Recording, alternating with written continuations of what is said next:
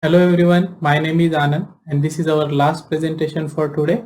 In this presentation, we are going to see latest developments available as extensions in Tekla Warehouse. We hope these extensions help you achieve productivity in your Tekla projects. So let's begin. First on our block is a crane tool. It's a new and improved tool. You can use it apart from tower crane for adding mobile cranes and crawler cranes as well. You can do the lifting check of the different elements in your model. You can also perform lifting duration calculation to understand how much time it will take for particular element to erect. And also you can do the simulation to understand if anything clashes when you are erecting particular elements in your site. Let's see how this tool works in the model. So here we are adding a tower crane in Tekla model by picking the location. You can see here options of the crane, and here you can select different colors for a crane. You can see if you want to check the range of the crane, you can go to properties, select type of the crane, crawler crane, mobile crane. You can give the capacities. You can give here a range of lifting, for particular range how much capacity. You can also define durations like how much time it will take to lift a minimum capacity weight, maximum capacity weight. Also for like horizontal distance you can give, and also for rotation of the crane how much time it will take to rotate one rotation. All these things you can set it up as a attribute in crane dialog, and then you can use that attribute here. You can also do different rigging arrangements for lifting of the elements. Different elements require different type of rigging, like a double chain rigging, or if you are lifting a column it will be vertical rigging is required. You can define the angles of the rigging, different chain types, belt types, capacities, duration, weight of rigging arrangement. Also you can define for which element which arrangement you want. You can also visualize elements as per the crane type or as per the utilization ratio. So here you can see failed elements. You can select them and assign to another crane to check if that crane can pass that elements. So you can also move the location of your crane to adjust the optimum location of the crane in the model so that maximum elements can be lifted using that. And you can also do the simulation check. Here you can see for particular element, when we do the simulation it will show exact location of the crane arrangement, and if it is clashing with particular other members which are erected at that time of erection of that particular member.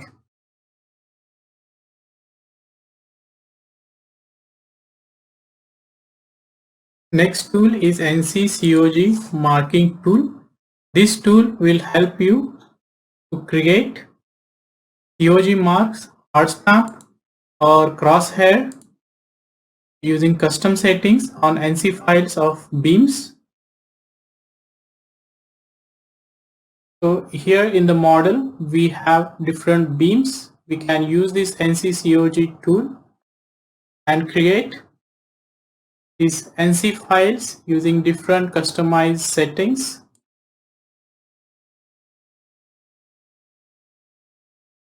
We can select the path where we want to export particular NC file. We can select custom settings for pop marks or contour marking. We can also select what type of COG marking we want, a hard stamp or hard stamp with crosshairs. And then we select the parts which we want to generate and just select create, and it will generate NC files. You can go to particular path and open that particular NC file, and when we open that, any NC viewer, we can see the hard stamp also and crosshair also generated at CG marking of that particular beam. This is very helpful when you want to lift your assemblies or parts on the site, so it gives you location of the CG of particular member already marked on that member.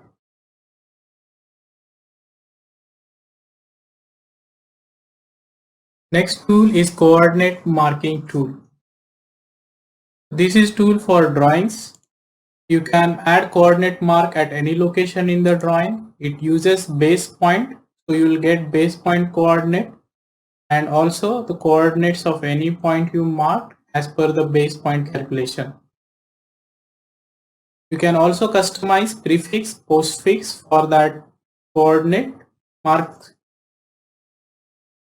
in the tools setting dialog box. Let's see how this works. So we have here one of the plan drawing. We can open that drawing and you can see here we have the coordinate marking tool. You can use it from application catalog. When drawing is open, you can select and mark the location where you want to add coordinate mark. You can select the marks location by picking the point in the drawing.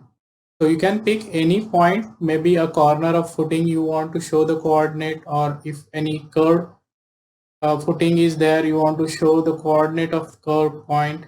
You can do that using this coordinate marking tool.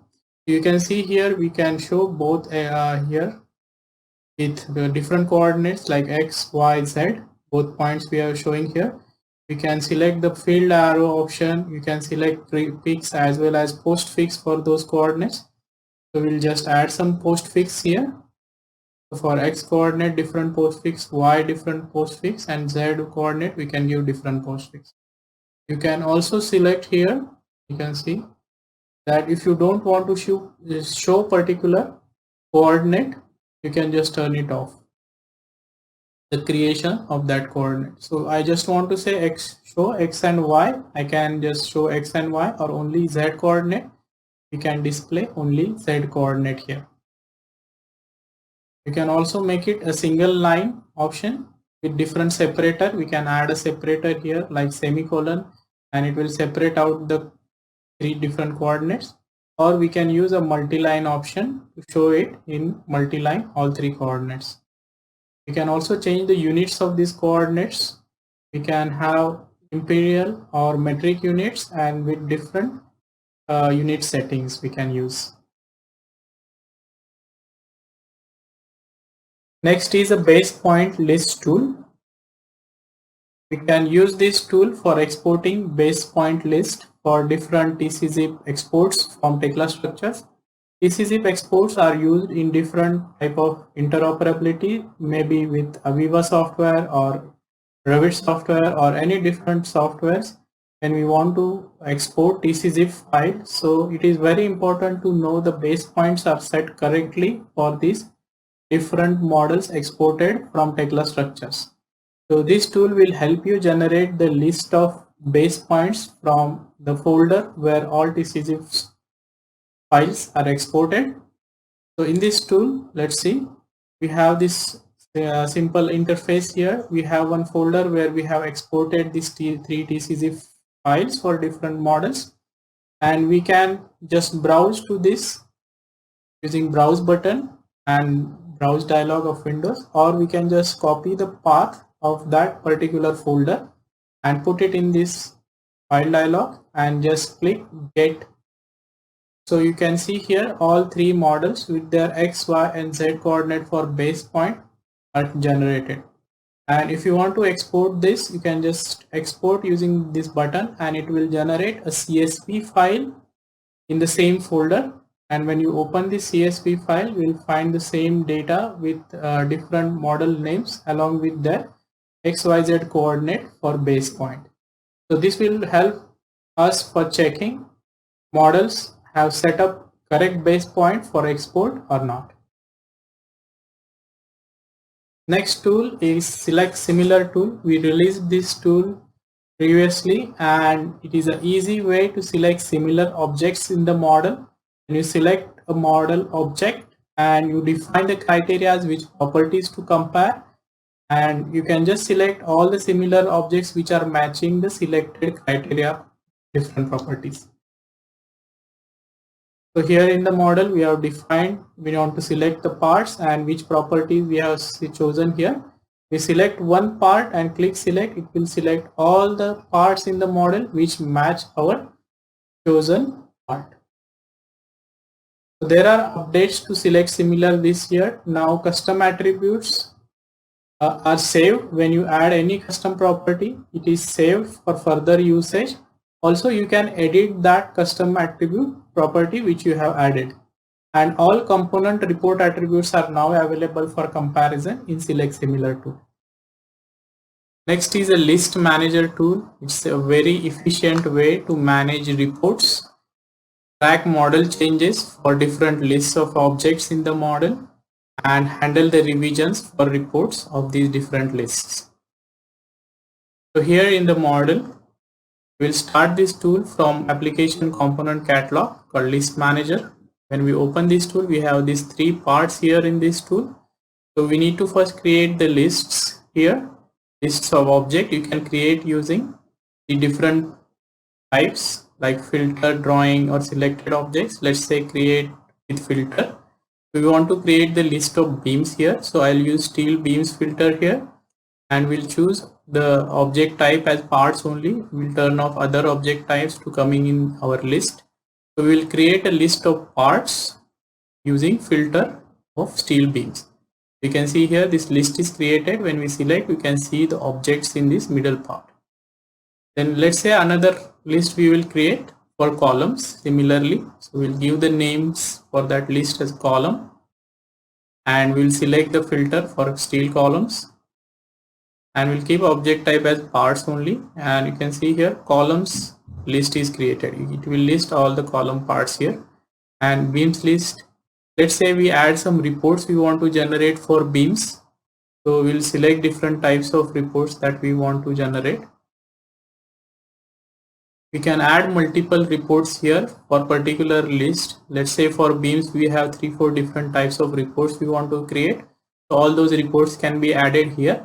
So anytime we want to generate reports for the beams, we can do it.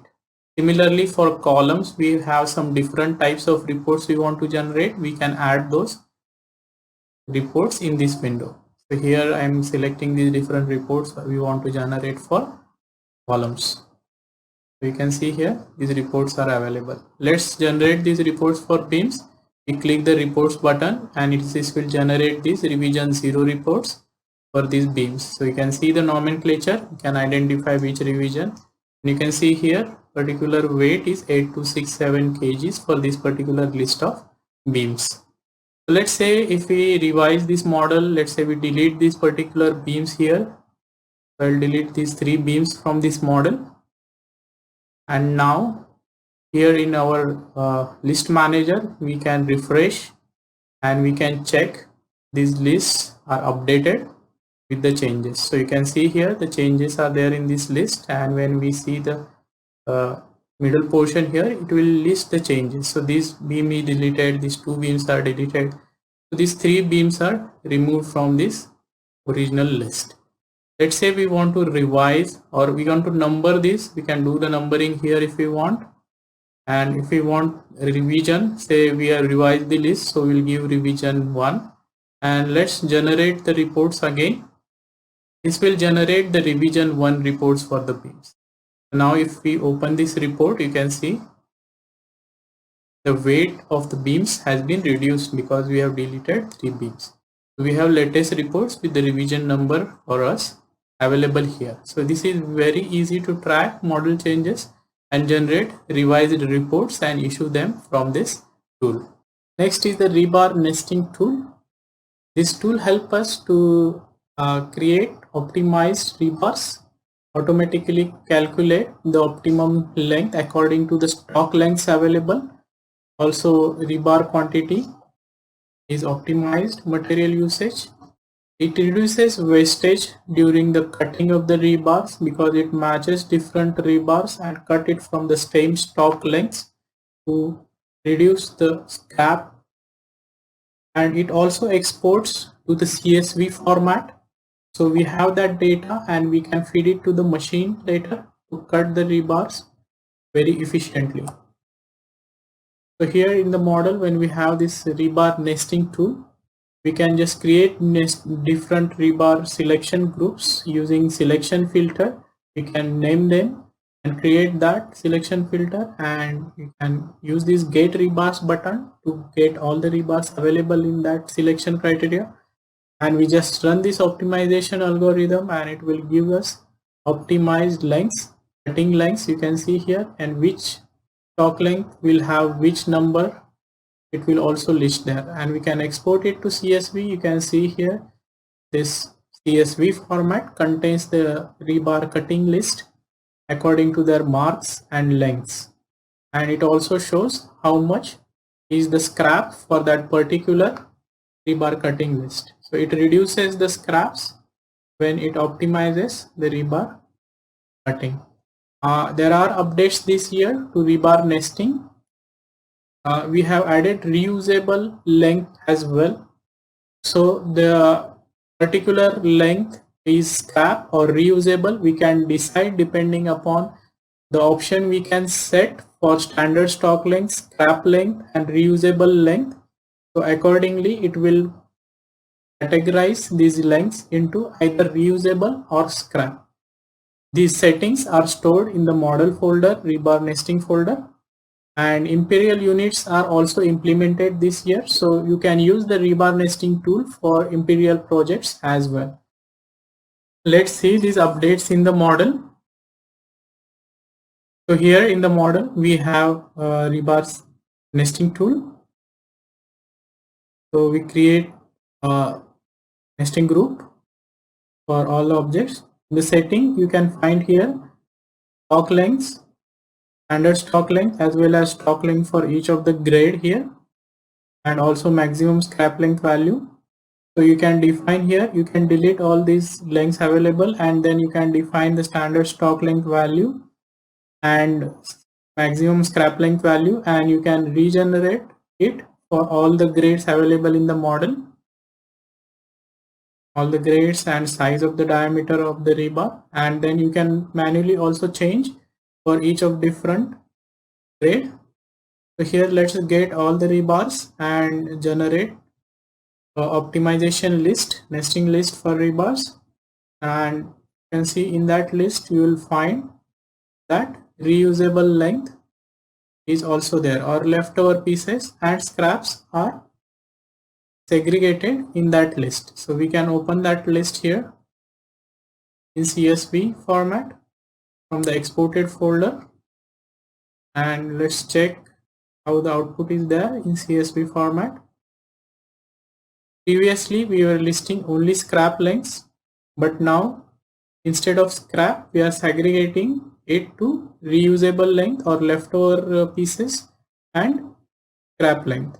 So we'll get less amount of scrap as particular length can be reused for cutting different rebars, because it can be reused because of settings given in the maximum scrap length value. So you can see the standard settings of the model are saved in the model folder, and you can edit it and set different maximum scrap length values or stock length values. Also, standard stock length and scrap length value can be set here. This will directly come in the dialog in the standard stock length and maximum scrap length value. Next is status sharing bulk update tool. This tool is used to update status sharing to Trimble Connect in a bulk manner.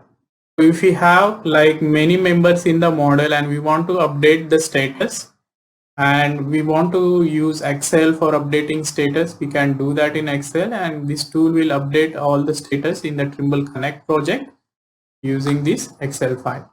So let's see how this tool works in the model. So here we have some columns in the model, and we have uploaded this to Trimble Connect as well. So here you can see counter part of that project in Trimble Connect. So in Trimble Connect we have this status sharing tool. Here we have different types of statuses we can define, like for design, fabrication, erection, transportation. So we can update those status from status sharing tool. For updating status here in Tekla model, instead of updating one by one, we can generate a report here. We can select this report template for bulk updating status and generate for complete model this report. So when we generate this report is in CSV format, so it will open in Excel. You can see here all these objects selected, and here in these columns we can enter different types of dates for different statuses, like start design, actual start design date you can enter for different elements, or end design date, start fabrication date. So all these dates we can enter here in DDMMYY format. So I have entered here different dates here, actual dates which we want to update in the Trimble Connect, so that we can see the latest status very easily. This status can be updated by anyone on the site or in the office in Excel, and then we can just use our tool to update this in Trimble Connect. So in Trimble Connect we don't need to select one by one and update the status. Instead we can do it from this Excel and use the tool for the status bulk sharing update. So here we have this tool. When we open this tool, this is a simple interface. We need to log in to Trimble Connect. So when we log in, it will list all the projects in Trimble Connect assigned to us. You can see here different projects assigned to us are listing one by one. So let's say we want to update to this project. So here we can go to select file and select our updated Excel file, and we click this update status button. So this will update the status inside Trimble Connect. So once the status is updated, we can go to Trimble Connect, and here we can open status sharing tool. And in status sharing tool, when we load different status, for example, let's say we want to check design status. So you can see here green, that is completed. Then let's say we select fabricated status, you can see yellow, that is started. So it has automatically updated from our Excel file using bulk sharing update tool. Next tool is drawing view arrangement tool. This is a customized tool to arrange the views in the drawing as per the requirement. So this tool can be used for that purpose. So here we have some arrangement of the table and we want to arrange the views in the drawing. So we can give the settings as per the required spacings and how many views we want, and then we can select the point in the drawing from where we want that drawing view placing to be generated. So it will automatically generate those drawing views and arrange those drawing views in the particular drawing as per our requirement. Thank you for attending this session. In case of any technical queries, you can reach out to our support teams on the respective email addresses shown here. And also remember to tune in tomorrow for exciting sessions. Thank you.